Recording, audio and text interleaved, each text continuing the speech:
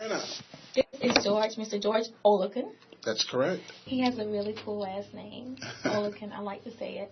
And he is a motivational speaker, and he is an ordained elder, and he's really young, but he's an ordained elder. And from what I heard, it's a pretty tedious process to do it. And you just had your second ordination service this past Sunday, right? Well, this Friday night was the official night for the ordination, and then the public program, which was Sunday.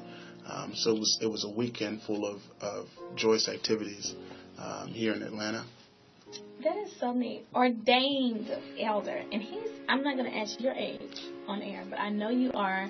He's not old at all. So when he told me he was an ordained, I thought he was just a minister. When he told me he was a elder, I was like, So we're going to talk with Mr. George Olokun right now. This is a special treat. You all definitely want to hear this. He is a young man that is doing something positive, and he's right here in Atlanta. And you never know, he might be able to help you out with something that you are having. So we're going to talk to Mr. George Olokun. Now, first of all, I want to talk about you. So let me ask you this. What is G-Dot Empowerment? Well, G-Dot Empowerment, it's very near and dear to my heart. It's actually my company. Founded it back in 2008. I was visiting a family member in New Jersey. I do that every summer, but it's an outlet for me to help people change their lives. And so basically, it's a full service company. There's a lot of companies under one umbrella. Okay. So there's G-Dot Consulting, there's G-Dot Publishing. And very soon in 2012, you have G-Dot Cafe and Bistro. Oh. So we are just very excited about all that it does. As a public speaker, it's one thing to let somebody else manage you and do all that. And I'm not about the middleman. So I decided to become an entrepreneur. And do it yourself. That's it. And you seem like you're doing a very fabulous job. Well, that's what they say. You really, really do. And okay, George, so the next question I have for you, what inspired you to become this motivational speaker and this entrepreneur and this ordained elder? Well, I've always had a level of self-confidence, but when I did my first public speech, maybe back in 2005, a crowd of about 1,500 people, and I choked. Wow, I could imagine. That's a lot of people. I choked. And your first time. Yeah, and I thought for sure that, I'm George Olokun. I was going to be able to handle it, but it really said something different for me. And so I didn't touch a microphone for a couple more years. And then back in 2008, I was I was actually secured as a speaker for a conference, and have it be when I was up there, they canceled me as a speaker after I had booked my travel. Oh. And then so I still went to the conference, and it was my divine destiny for me to be the speaker, because the same day of the speech, the keynote, the speaker canceled on them. And so it was like, I was like, I'm not about to do this, it was a level of, I'm still going through my humility stage at this time.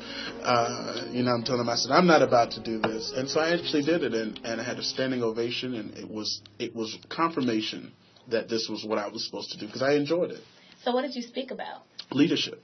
And it's funny because the other night I was cleaning up my desk, and I found the speech. This week I found the speech on leadership, and I said, wow. I said, good thing I didn't read from what I wrote, because I wrote it really quickly, and I saw some grammatical errors. And but it was a good speech, and I'm still waiting on the video from the people that said they were going to send it. I haven't seen it, but everyone's still talking about it. So, what leadership experience, like, you went to FAMU, so were you really big on campus? Like, I could see you being the big man on campus and just being involved in everything. Well, I mean, coming in as a freshman, I was an RA, resident advisor, so that's tough, Oh, I know. I would say it was a good thing, but I would also say it was a tough thing for me, primarily because of seniors and football players and all that are in the dorms saying, well, how am I going to take orders from this guy? He's just a freshman, but I've always been told that I'm wise beyond my years. So I was involved. I was on the class cabinets every year. I was. It's funny because my third year there, I was selected to be Secretary of State for the class, and I got another position, which I was over all campus activities. Wow. Campus Activities Board Chairman, and did a 2-year internship with the Dean of Students, and one year with the President of the University, Dr. James Ammons, an apprenticeship.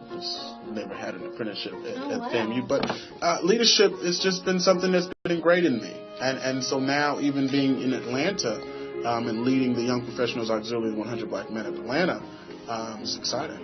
And I know that's a great thing to be a part of. So you could say that you were born to be a leader then. Yeah. I would say that I was born to be a leader, but it is something that you got to work with.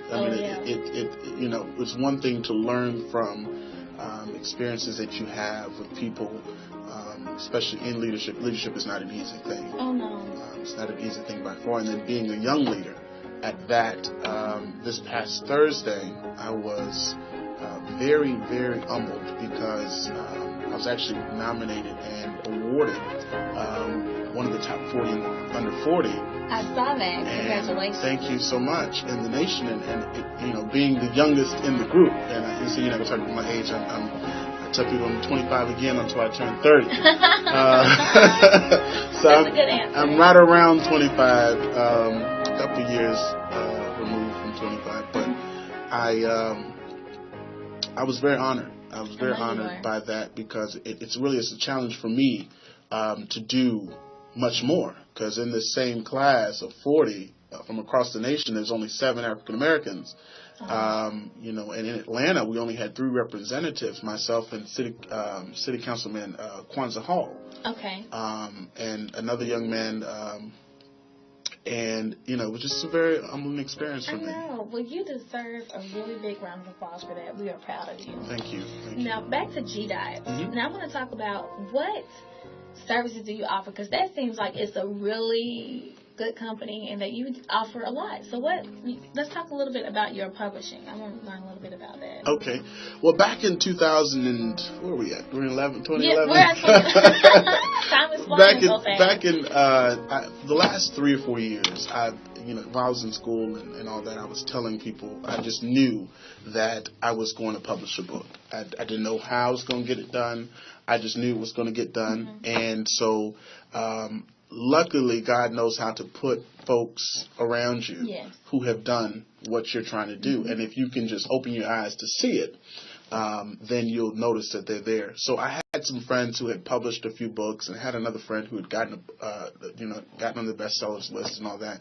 And they had advised me, said, well, look, don't put anything out unless it's something you want to put out, and make sure it's what it is that you want to go out there. So, I had already claimed that I was writing a book, and I was going to have it out. And so in 2010, July 24th of 2010, it's a year now almost. A year, yeah. I published my first book, and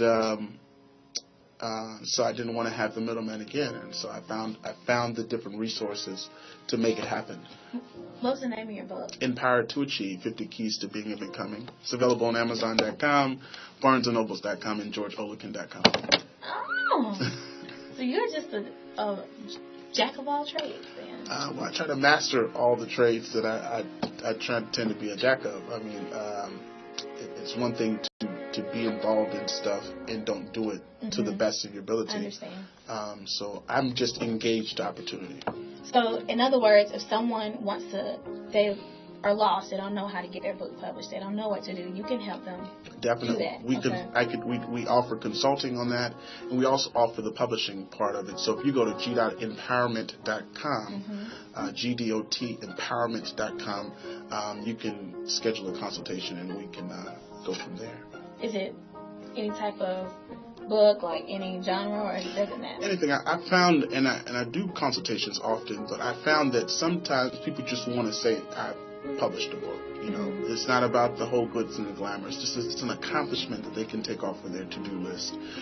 So we help people from that all the way to the person who is trying to make a career and get on the bestsellers list. So, how long did it take you to write your book?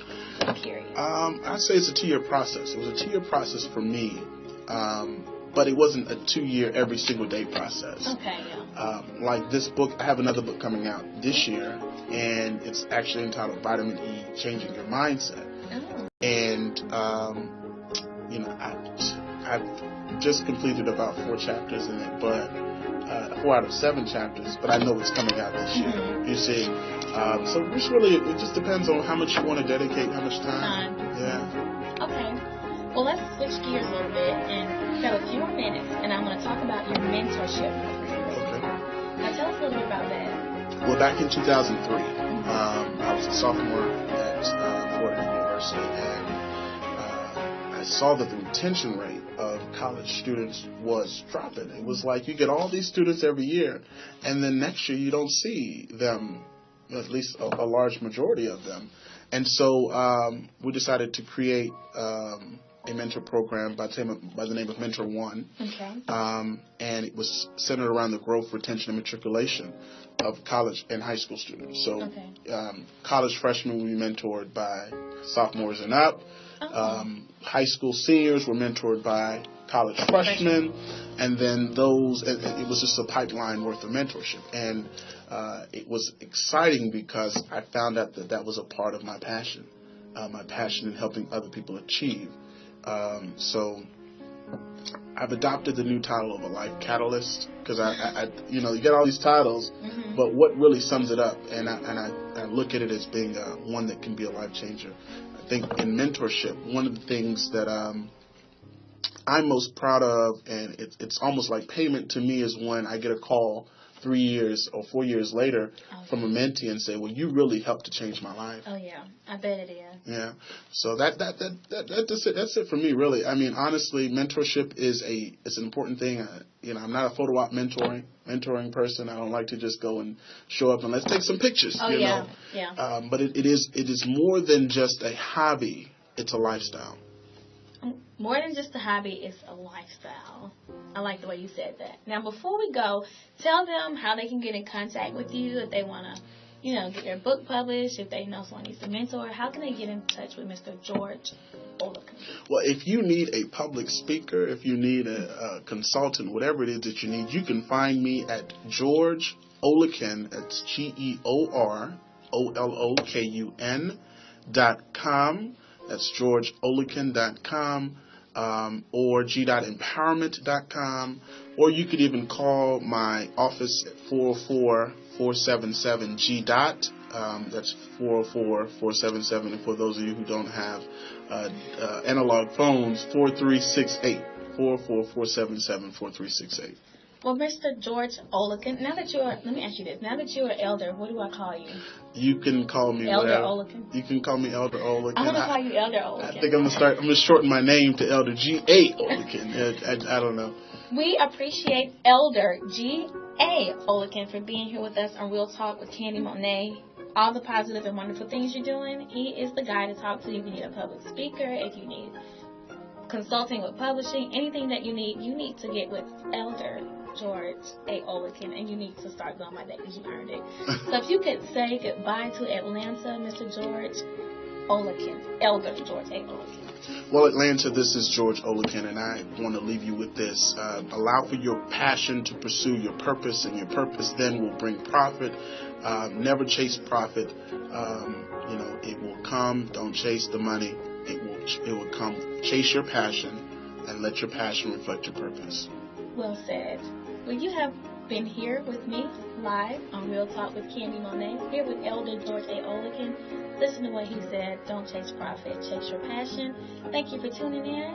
We had some real talk today with a real person, Elder George A. Olokun. Be sure to tune in next Wednesday, 4 o'clock, live, Love 860, WAEC or Love860.com. It is not too late to spread the word about Real Talk with Kandi Monet. Thank you for tuning in.